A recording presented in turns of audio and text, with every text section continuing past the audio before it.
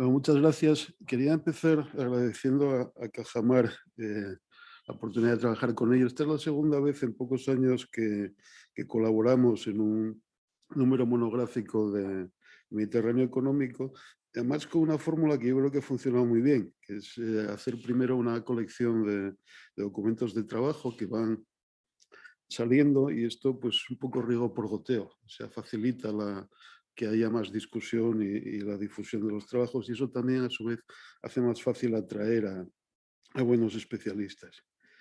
El tema del que estamos hablando hoy es del mayor interés posible, ¿no? Y el timing, además, como ya se ha dicho, es perfecto. La cuestión está en la agenda y ahora mismo se está negociando entre los agentes sociales y seguramente con la Comisión Europea. Eh, el sistema de pensiones, además, para nosotros es uno de los temas que en FEDEA hemos seguido con atención desde siempre, ¿no? Por dos razones. Primero, porque es un componente fundamental del estado de bienestar. Hay pocas cosas tan importantes como esto para una parte grande y creciente de la población. Y segundo, porque es, con diferencia, la mayor partida de gasto público y por lo tanto es clave para la sostenibilidad de las finanzas públicas de nuestro país. Y la verdad es que la situación actual nos tiene bastante preocupados. Tras el acuerdo del Pacto de Toledo, el gobierno ha comenzado a tomar medidas que afectan al sistema, y aunque muchas todavía están en negociación con los agentes sociales y con la Comisión Europea, pero lo que se ve venir, pues la verdad es que no nos parece,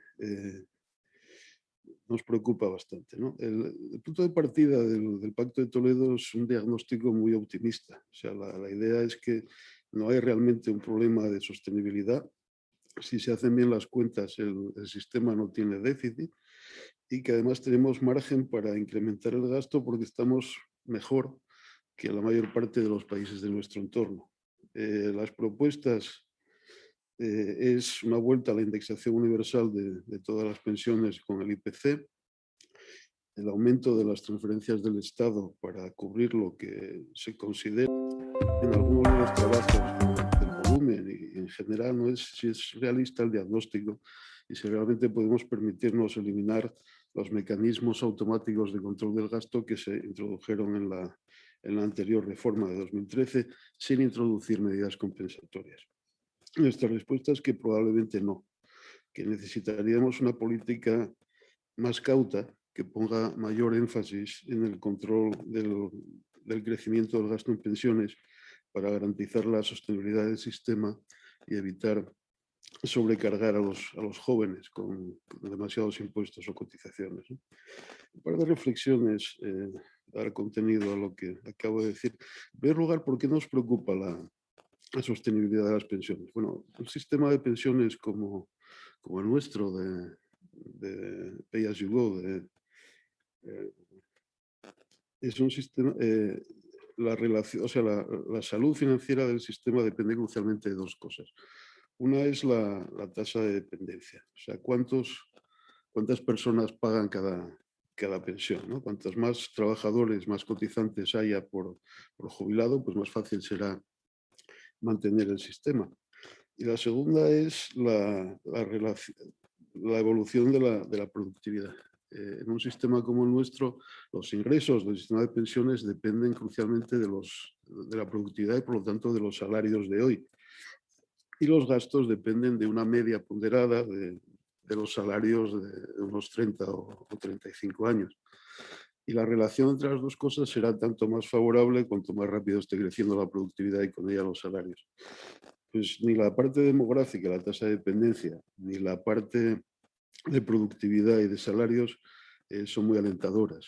Históricamente, eh, la productividad ha ido ralentizándose. Teníamos tasas de crecimiento de la productividad muy altas en los años 60, 70 y han ido bajando mucho. En los últimos 20 años, pues la productividad española no se ha llegado a estancar del todo, pero está creciendo muy despacio. Y la parte demográfica, pues todas las previsiones que tenemos apuntan a que en las próximas 2, 3 décadas pues vamos a tener una circunstancia cada vez más difícil, ¿no? Porque se van a ir jubilando las cohortes grandes de los baby boomers y las cohortes pequeñas de los que vienen después, pues son los que van a tener que soportar los costes de las pensiones. Por lo tanto, tanto por la vía demográfica como lo que tiene que ver con la evolución de la productividad, sería muy aconsejable una cierta prudencia, ¿no? O sea, hay cosas que podrían pasar que eliminarían el problema si tenemos un milagro de productividad o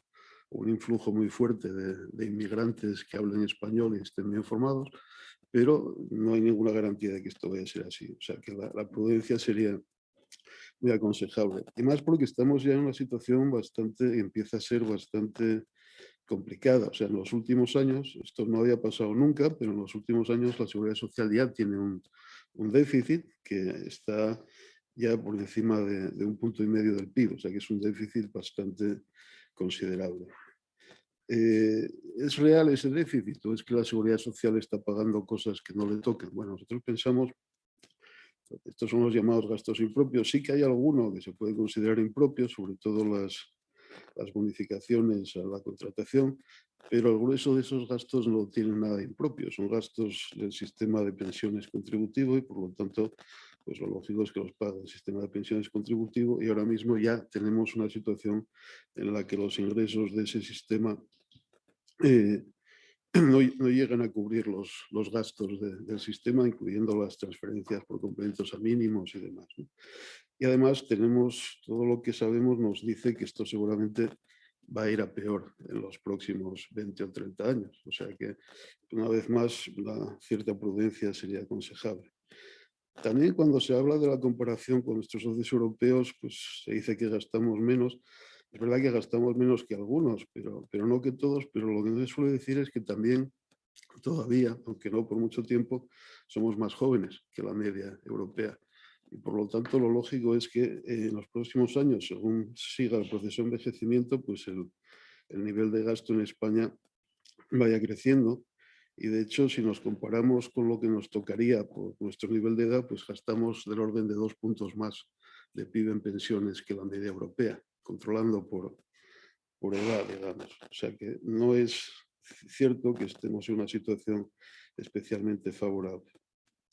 Por lo tanto, lo que sí es cierto, por otra parte, es que las pensiones españolas, en comparación con las pensiones de los países de nuestro entorno, son relativamente altas en relación con los salarios. O sea, no en términos absolutos, pero sí en relación con los salarios. Hay dos indicadores de generosidad, si se quiere, del sistema que se suelen utilizar, uno es el ratio entre la pensión media y el salario medio, y otro que es el ratio entre el último salario, la primera pensión y el último salario.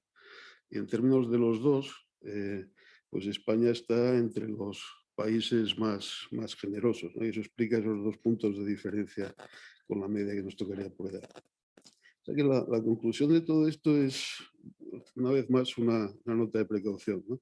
La derogación de la reforma del 13 sin medidas compensatorias, que es a lo que parece que vamos, pues comportaría un aumento muy significativo del gasto futuro en pensiones que pondría bastante presión sobre unas finanzas públicas que ya parten de una situación bastante complicada, con un déficit muy alto y mucho más después del COVID, y que además en los próximos 20 o 30 años va a enfrentarse a otros desafíos grandes, ¿no? O sea, el envejecimiento no solamente aumenta el gasto en pensiones, también las necesidades de gasto sanitario, dependencia, etcétera.